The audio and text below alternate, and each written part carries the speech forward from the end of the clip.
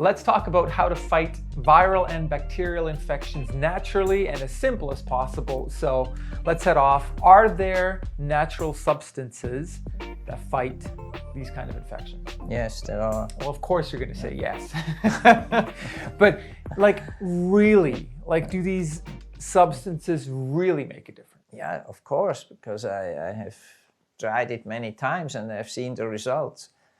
So when you come as a patient, you say, well, I have fever, I feel sick.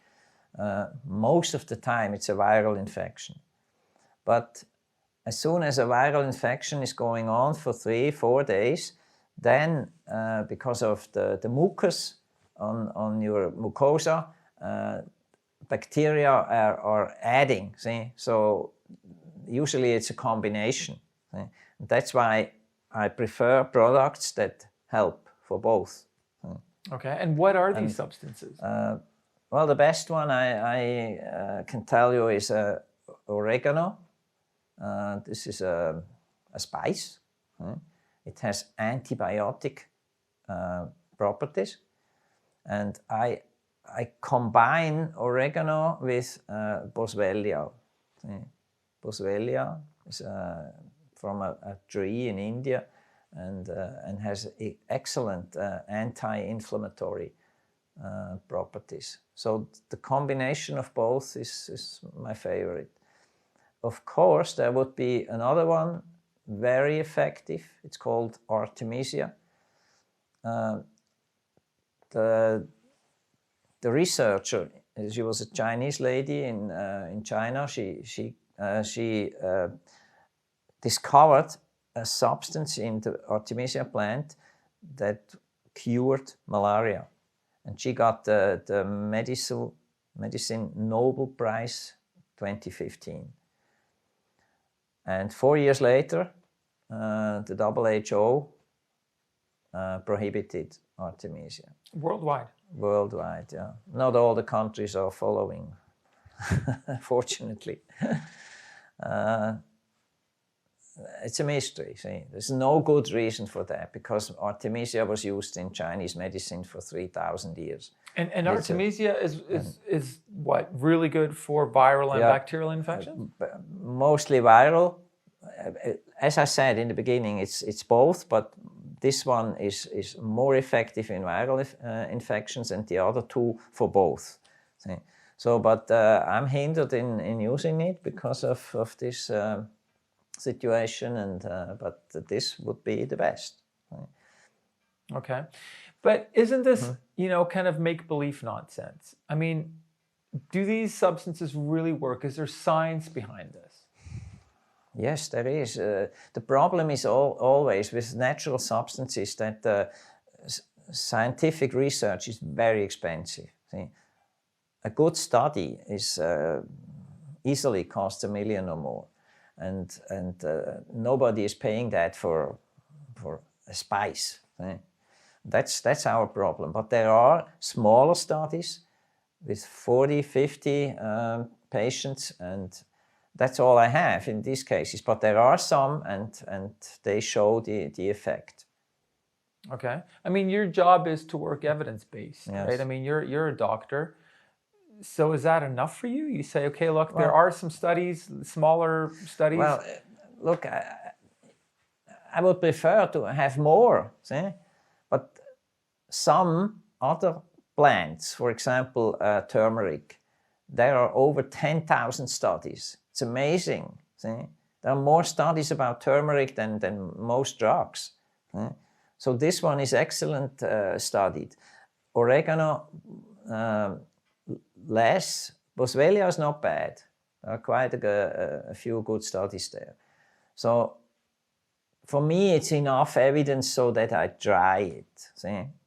And then comes my own experience. So when I see I have tried it with 50 patients and they all got well, for me, that's more important than any studies. See? I can see it in my practice that it helps. Okay. Many classic doctors, they laugh at this, right? They say it's just nonsense. Like, natural substances don't really work. What do you tell these people?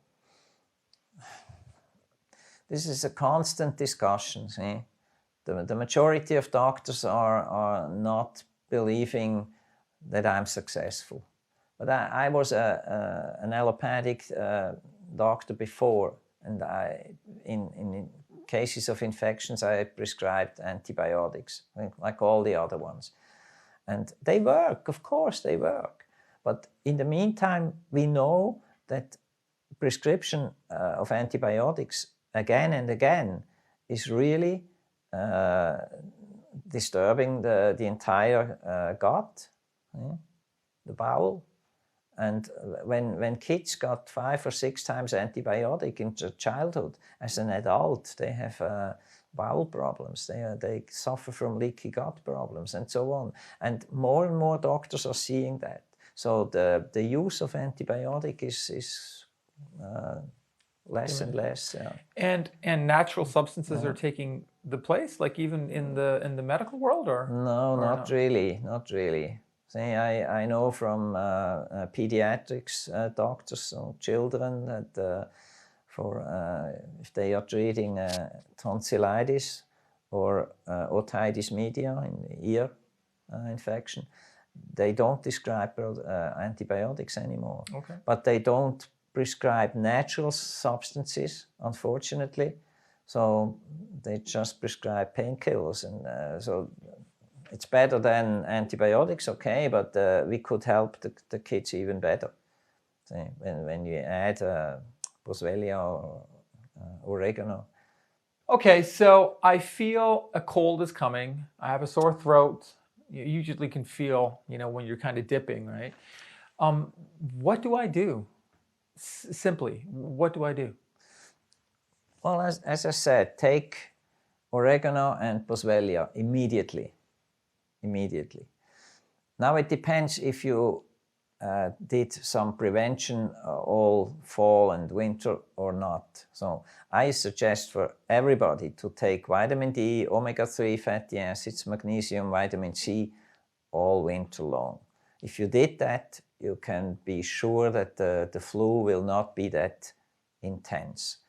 But if you haven't done anything, then I suggest to strengthen your immune system immediately together with the other two. So, but higher dosages then, for a few days only. Okay. Can I strengthen the immune system that quickly? Like, does that, if I start taking omega-3, vitamin D, does that just boom and get up there? Not really, not in a day. See? But you never know, a flu might take 10 days, 14 days. So by then, your immune system will get stronger when you take it. But we cannot put it back into full strength in 24 hours. That's not possible. That's why the prevention is so important. Okay. All right. That was that. Thanks for watching. Bye-bye.